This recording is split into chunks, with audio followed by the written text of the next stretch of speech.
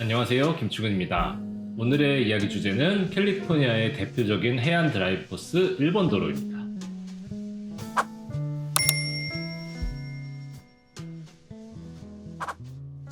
캘리포니아의 1번 도로가 이만큼의 유명세를 얻을 수 있었던 것은 달리면서 보는 풍경 자체가 환상적이기도 하지만 그 루트를 달리는 사이사이에 볼거리들이 굉장히 많기 때문이기도 합니다. 사람들이 일반적으로 얘기하는 1번 도로는 샌프란시스코에서 LA를 잇는 1번 도로 구간을 이야기합니다. 구글 지도에서 샌프란시스코와 LA를 찍어보면 한 5시간 정도가 나옵니다. 이게 5번 도로를 따라서 고속도로를 타기 때문인데요. 하지만 1번 도로로 이동한다는 생각을 하신다면 하루 만에 이 구간을 다 달리시는 건 사실 무리에 가깝습니다.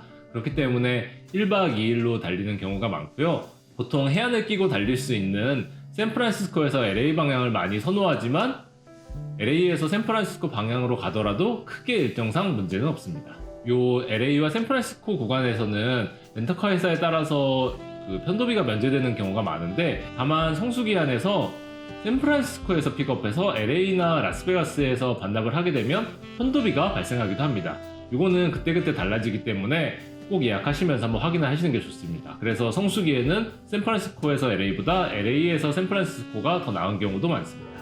그럼 1번 도로의 대표적인 풍경은 뭐가 있을까요? 샌프란시스코에서부터 내려간다고 생각하면 몬터레이, 그리고 예쁜 마을인 카멜 바이 더 씨, 그리고 빅스비 브릿지가 있는 빅서, 파이퍼 비치, 그리고 아주 작지만 예쁜 폭포인 맥웨이 폭포, 잠깐 쉬어갈 수 있는 레그드 포인트, 유명한 성 중 하나인 허스캐슬, 북방 코끼리 물범을 볼 수 있는 몇 안 되는 포인트 중 하나인 북방 코끼리 물범 포인트, 그리고 커다란 바위가 있는 모로베이, 레트로한 감성이 살아있는 피스모 비치, 자동차를 타고 모래사장을 달려볼 수 있는 오세아노 비치, 그리고 요 구간들은 겨울 시즌이 되면 커다란 제왕나비들도 보실 수 있습니다. 여기서 좀 더 남쪽으로 이동하면 덴마크풍의 마을인 솔뱅이 있고요. 솔뱅 주변으로는 유명한 와인 산지 중 하나인 산타 이네즈 지역인데 영화 사이드웨이즈 배경이기도 합니다. 거기서 조금 더 LA 쪽으로 이동하면 산타 바바라라는 지중해풍 도시가 등장합니다. 여기도 볼거리가 꽤 많아서 사람들이 좋아하는 곳이고요. 여기서 한 2-3시간 정도 달리면 LA에 도착하게 됩니다. 그럼 1박 2일을 하면 어디서 보통 묵게 되느냐? 샌프란시스코에서 아침 일찍 출발하거나 아니면 LA에서 출발하면 보통 모로베이나 피스모 비치에서 1박을 많이 하고 갑니다. 아니면 샌프란시스코에서 좀 오후에 출발을 했다 그러면은 몬터레이에서 많이 묵고 가고요. LA에서 출발할 때도 1박 2일이 아니라 2박 3일 정도 일정을 했다면 몬터레이에서도 1박을 많이 합니다. 아니면 샌프란시스코 도착하기 직전쯤에서 1박을 하기도 하는데 샌프란시스코의 숙박비가 워낙 높다 보니까 도착 직전에 1박을 하는 경우도 많습니다. 첫 번째로 언급드렸던 몬터레이는 개인적으로 좋아하는 도시 중 하나인데요. 여기에는 미국에서 순위권에 들어있는 아쿠아리움 중 하나인 몬터레이 아쿠아리움이 있고요. 그리고 통조림 캔 공장들을 리노베이션해서 만들어진 거리가 바로 캐너리로인데 이 캐너리로의 풍경도 꽤 많이 독특합니다.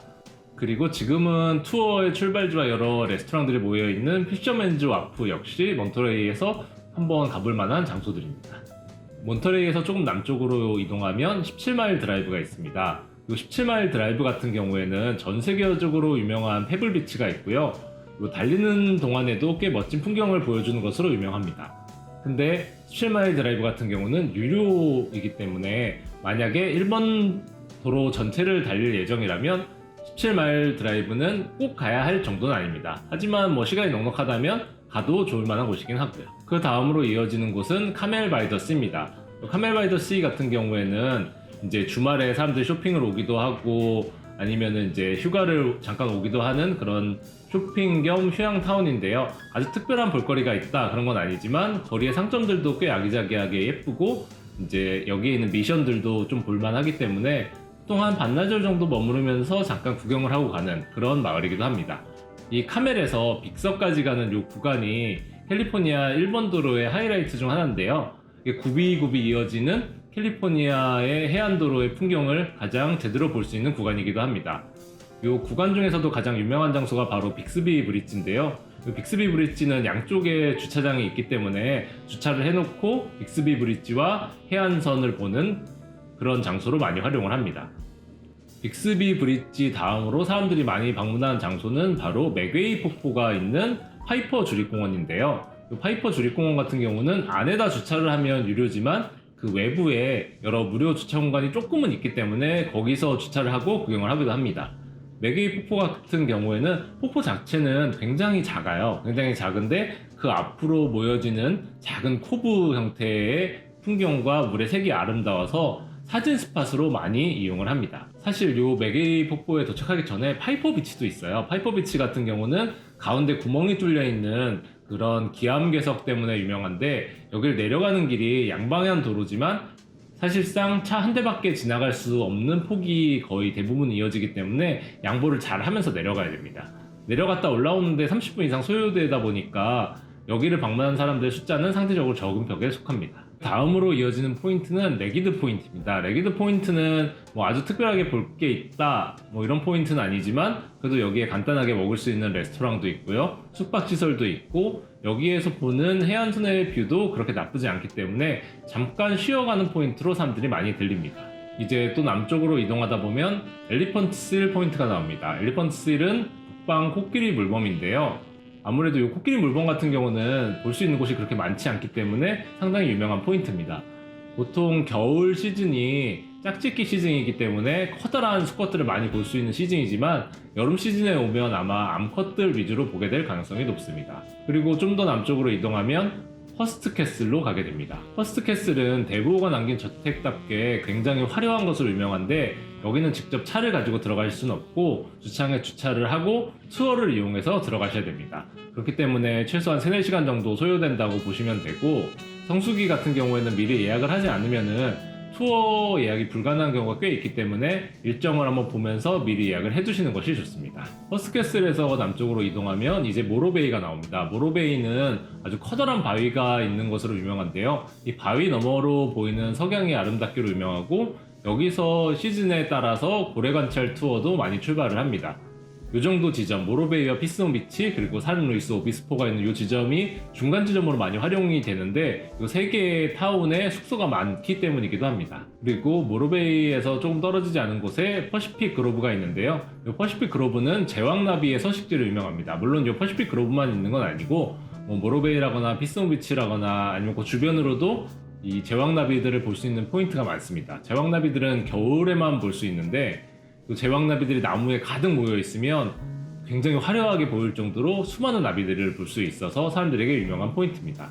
그 다음으로 이어지는 곳은 피스모 비치인데, 피스모 비치 자체는 저렴한 숙소가 있기도 하고 건물들이 굉장히 레트로한 그런 느낌을 내기 때문에 뭐 점심을 먹으려고 잠깐 들려도 나쁘지 않은, 뭐 인스타그램 사진을 찍는다거나 아니면 피어에 올라가서 해변에서 쉬는 사람들과 함께 뭐 잠깐 시간을 보낸다거나 이러기에 좋은 곳입니다. 이 피스모 비치의 바로 아래쪽에는 오세아노 비치라는 곳이 있는데요, 오세아노 비치 같은 경우에는 역시 주립공원 중 일부라서 돈을 내고 들어가야 하긴 하지만 차를 가지고 해변을 달릴 수 있는 몇 안 되는 포인트 중 하나입니다. 다만 주립공원의 경고를 꼭 확인하고 가셔야 되는 게, 비가 온 직후라거나 이렇게 모래가 단단하게 다져지지 않은 시기에 가시면은 모래사장에 빠질 가능성이 커요. 일반 승용차를 가지고, 그러니까 이륜 승용차를 가지고 들어갈 수 있기 때문에 빠지면 탈출이 사실상 어렵다고 봐야 됩니다. 그래서 안전하게 사람들이 많이 다니는 길로만 다녀야 되고요. 물론 여기서 모래에 빠졌다고 하더라도 탈출을 할 수 있습니다. 모래에 빠져서 움직이지 못하면 어디서 갑자기 견인차가 나타나요. 그리고 몇백 불 정도 수수료를 내고 거기서 꺼내줍니다. 그렇기 때문에 돈을 많이 내지 않으시려면 안전하게 다져져 보이는 그런 위치로만 달리셔야 하고, 너무 속도를 많이 내시면 안 되고요. 대신 여기가 바로 뒤쪽으로 모래 언덕들이 이어져요. 그렇기 때문에 ATV나 뭐 샌드보딩이나 뭐 이런 액티비티를 하는 사람들도 꽤 많이 볼 수 있습니다. 이 오세아노 비치에서 이제 한참 밑으로 내려오다 보면 와이너리 지역인 산타 이네즈가 나오고요. 산타 이네즈의 유명한 와이너리들을 방문하는 것도 좋은 방법이고, 그 중심에는 솔뱅이라는 덴마크풍 타운이 있어요. 정말 덴마크의 그 한 도시를 옮겨놓은 것 같은 그런 느낌을 내는 타운인데, 뭐 여기에 있는 빵집 빵도 맛있고 잠깐 들려서 사진을 찍기도 좋은 곳이기 때문에 보통 한 1~2시간 정도 시간을 내면서 머무는 사람들이 많습니다. 와이너리 투어를 하고 싶은데 차가 있어서 와인 시음을 못한다 싶은 사람들은 솔뱅에서 1박을 하면서 여기서 시작되는 투어에 참여하는 사람들도 많습니다. 보통 투어는 솔뱅 아니면 산타바바라 쪽에서 많이 출발하거든요. 이제 솔뱅에서 산타바바라까지 이동을 하면 빨간, 그러니까 주황색 지붕들이 인상적인 지중해풍 도시인 산타바바라에 오게 됩니다. 산타바바라 같은 경우는 요 피어도 상당히 이쁘고 시청의 전망대에 무료로 올라가서 산타바바라 전경을 보실 수도 있습니다. 그리고 산타바바라의 가장 유명한 관광지는 산타바바라 미션인데요. 이 미션 역시 사람들이 가장 좋아하는 장소 중 하나입니다. 산타바바라는 일몰 포인트로도 유명한데 산타바바라의 와프에 가면 일몰에 어디서 왔는지 모르겠지만 모든 사람들이 모인다고 할 정도로 꽤 많은 사람들이 와프에 와서 일몰을 즐기기도 합니다. 이 산타바바라에서 한 2-3시간 정도 이동을 하면 최종 목적지는 로스앤젤레스가 되게 되고요. 만약에 로스앤젤레스에서 샌프란시스코로 여행을 한다면 이 루트의 반대 방향으로 여행을 하시게 됩니다. 그리고 캘리포니아 여행을 계획하고 계신다면 요세미티 국립공원 완전 정복도 참고하시고요. 그리고 미국 국립공원 여행의 기초도 함께 확인하시면 도움이 많이 되실 겁니다. 구독해 주시는 것도 잊지 마시고요.